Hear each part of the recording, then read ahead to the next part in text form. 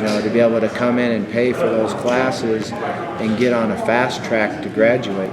That's one of the things that's really impressive to me being back at Louisville this time is our academic support team has got a model to set up where we graduate our guys at the end of their eligibility. So when they finish playing in December, they walk and now they can go pursue their NFL career or their workouts. So you don't have guys that don't go to school their last semester because their agent wants them to go train in Atlanta, and now they have to come back 4 or 5 years later to get their degree.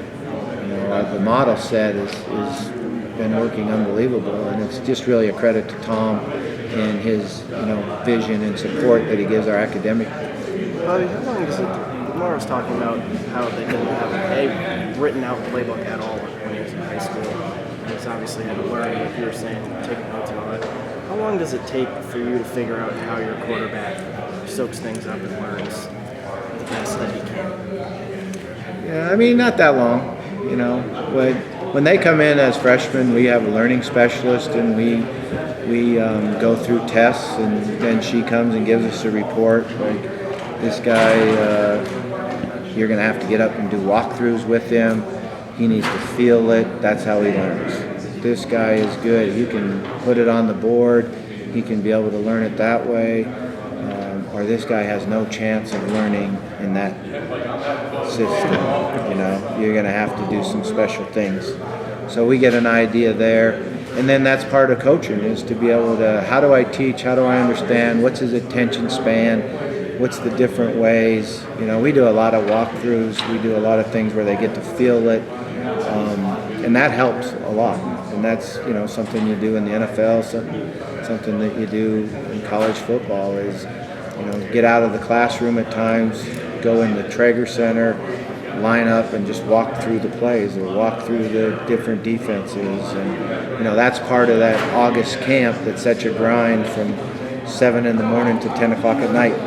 How much of that type of stuff is different? 20 years ago, did you do those kinds of things, or were you aware of those kinds of things as much? Not as much, because 20 years ago we were going 3 a days, so it was just about pounding and grinding. Get up in the morning, practice, give them a little rest, practice again in the afternoon, come back at night and do special teams practice. So now it's more about teaching and learning and maybe carrying more volume than you used to. But is that sort of like, with modern technology, there's new things you do. Now people know more about the brain and learning and all those things. Yeah, definitely. It's just how we progress in today's day and age, and technology is a big part of it too. He can walk in, throw on the computer, and go 3rd and 4, Clemson versus Louisville. There's all the 3rd and 4 plays. In the 16 millimeter days, we used to have to cut it up, hang it on the wall, splice it back together, and our right-handed quarterback would be left-handed because I put it on backwards. I mean, it's all different now. These guys don't even know what 16 millimeter is. How you mentioned positional flexibility earlier. Is that something that's a lot more important in the game than it was 20 years ago? There's a whole bunch faster, committing with people who spread off and lead guys who have that type of fluidity and are kind of fast enough to play against the pass, but also bulky enough to go out. Yeah, I mean, I think the spread offense has changed maybe how you look at certain body types that you recruit at linebacker, cross between safety linebackers and that. But the position flexibility is sometimes you can watch an entire game, high school game on video, and you see flashes of a cornerback. He comes in and makes a tackle, he intercepts a pass, but while he's on offense, he's playing receiver, and he's running, making catches, running with the ball.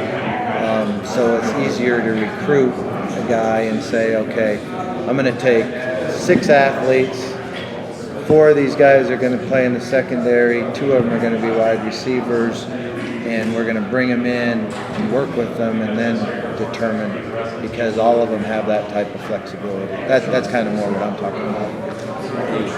Thanks, Okay, Coach. thanks, guys. Thanks.